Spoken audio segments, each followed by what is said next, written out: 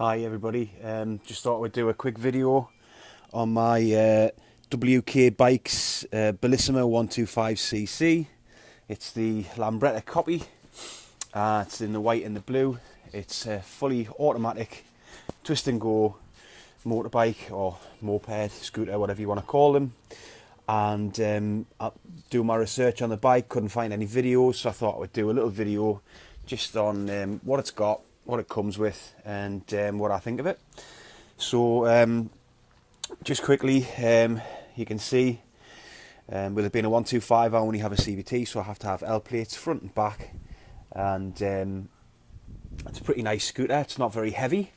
There's not much storage space under the seat, but enough for your chain and some gloves, and I'll have to probably purchase a back box for my helmet. And this is brand new. This bike's brand new. Came with no miles or kilometers on the clock. The dial clocks in kilometers, so that's not 115 miles, that's 115 kilometers that the bike's done. I've had it a couple of days now. The outside numbers are the kilometers, and the orange numbers in the middle are your miles per hour. This bike will do top speed about 55-60 miles an hour. So if you're after something really fast, or you know, that gets up to speed quite quick, this is not the bike for you. That's not what I bought this bike for, so it suits me down to the ground. A little bit about the bike and its features then. As you can see here, it comes with a centre stand and also a side stand and a kickstart. Kickstart will only work when the bike's on the centre stand, and that's because when the centre stand comes up, it blocks right here. Also, if you pull up on the bike and put it onto the side stand, as soon as you release the side stand down, the engine cuts out. That's a bit of a safety feature on the bike, and I like that. It's pretty cool because that means obviously you're not fully in control of the bike when you step off it, so you shouldn't have the engine running. So I'll just give you a little tour of what it comes with.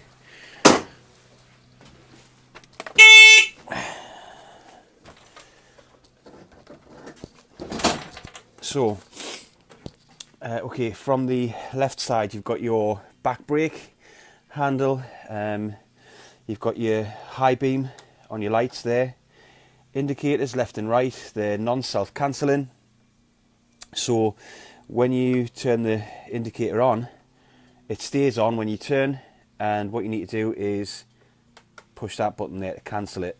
Same with the right. And what I did notice was if you press it just a little bit, sometimes it'll just click on once. You've got to really press that thing over and make sure you see the light coming on. Also, as you've just heard before, there's a horn on the left side as well. Over to the right side, you've got your front brake, your accelerator, throttle. You've got your lights on here, so you have your side lights, which illuminates the dials, and then your main beam, which you see, and then you've got your high beam, which when you turn that on from down here, you see it's indicated right there. Now then, you've also got the ignition on the right hand side, and you need to pull the back brake to start the ignition, and your key goes in standard place for a bike of this style down here. So pretty straightforward. You turn it to the right, and I'll just start the bike up. I'll just put this phone down for a second.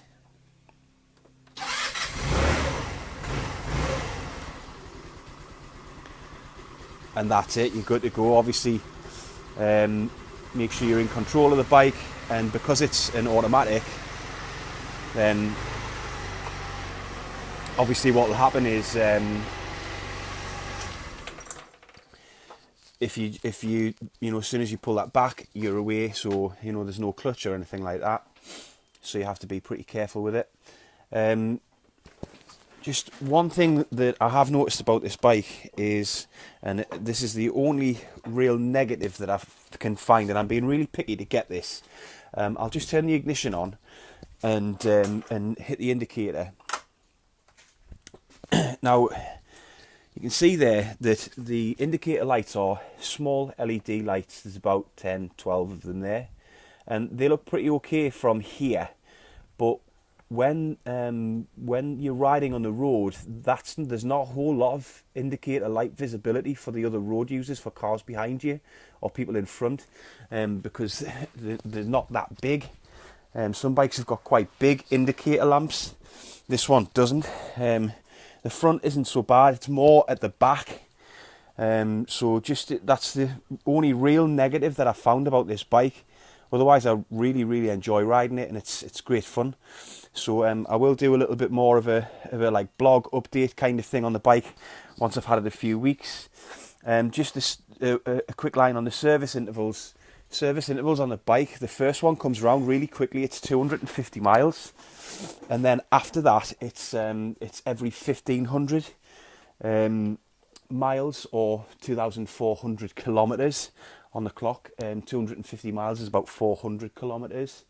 And the place that I bought this from, up here in the northeast, they'll service that from their service department, and it's about £50 a time. So it's not expensive.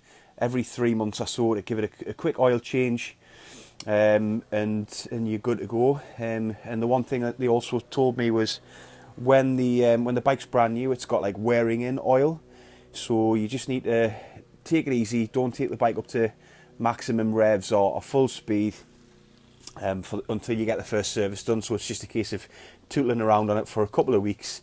But this is going to be ideal for my commute to work and to just zip in and out of the traffic that builds up in the morning around Newcastle. So yeah, thanks for watching, and I'll give you a little bit of an update once I've clocked up a few more kilometres on the clock. Thanks for watching.